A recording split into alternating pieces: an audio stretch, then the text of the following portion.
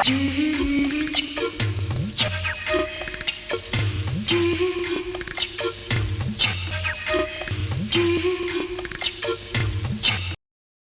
രാജ്യത്ത് ഞാൻ ഇതിനു മുൻപ് പലവട്ടം വന്നിട്ടുണ്ടെങ്കിലും ഇത്തവണ ഒരു പ്രത്യേക ഉദ്ദേശവുമായാണ് വന്നിരിക്കുന്നത്. ബാലയാമ കിഡ്സ് TV ലേഖകനായി വന്നിരിക്കുന്ന എന്നെ ഈ നാട്ടുകാർ തിരിച്ചറിയുമോ എന്ന് തന്നെ സംശയം. എന്തായാലും രാവിലെ തന്നെ റൂമിൽ നിന്ന് പുറത്തിറങ്ങി. ഹോട്ടലിന്റെ റിസപ്ഷനിൽ ഇരുന്ന പെൺകുട്ടി എന്റെ മുഖം കണ്ടിട്ട് സാർ രാത്രിയിൽ ഉറങ്ങിയില്ലേ എന്ന് ചോദിച്ചു. ഞാൻ മറുപടി ഒന്നും പറഞ്ഞില്ല. സത്യത്തിൽ ഞാൻ നന്നായി ഉറങ്ങി. തലയും കാലുകളുമൊക്കെ തോടിന് പുറത്തിട്ട് തന്നെ ഉറങ്ങി. നല്ല യാത്രാക്ഷീണമുണ്ടായിരുന്നു. പുറത്ത് നാടാകെ മാറിയിരിക്കുന്നു. 1947 ഇവർക്ക് സ്വാതന്ത്ര്യം കിട്ടിക്കഴിഞ്ഞും ഞാൻ പലവട്ടം ഇവിടെ വന്നു പോയിട്ടുണ്ട്. പക്ഷെ ആ കാര്യം ഹോട്ടലിൽ പറഞ്ഞിട്ടില്ല. കാരണം എൻ്റെ ആയുസിന്റെ രഹസ്യം അവർക്ക് പിടികിട്ടിയാലോ. സ്വാതന്ത്ര്യത്തിന് ശേഷം ഇവിടെ പൂർണ്ണ മൃഗാധിപത്യമാണ്. മൃഗങ്ങൾക്കാണ് പരമാധികാരം. മുകൾ തട്ടിൽ നിന്ന് താഴെ പഞ്ചായത്ത് വാർഡ് മെമ്പർ വരെ മൃഗങ്ങൾ.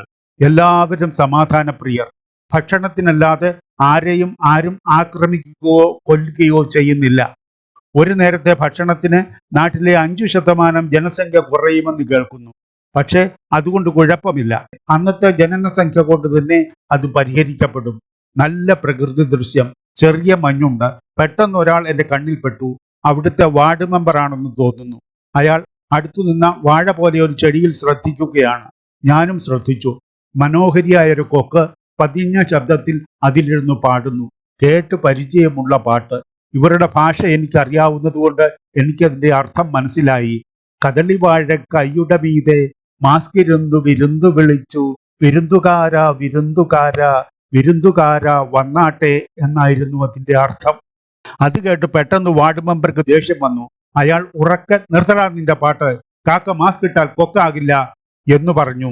അപ്പോഴാണ് എനിക്കും കാര്യം പിടികിട്ടിയത്. അത് കൊക്കായിരുന്നില്ല, മാസ്ക് കൊണ്ട് ശരീരം മറച്ചെത്തിയ ഒരു കാക്ക. അത് വാർഡ് മെമ്പറെ എന്തൊക്കെയോ ചീത്ത പറഞ്ഞ് പാറിപ്പോയി. ഈ എപ്പിസോഡ് നിങ്ങൾക്ക് ഇഷ്ടമായെന്ന് കരുതുന്നു.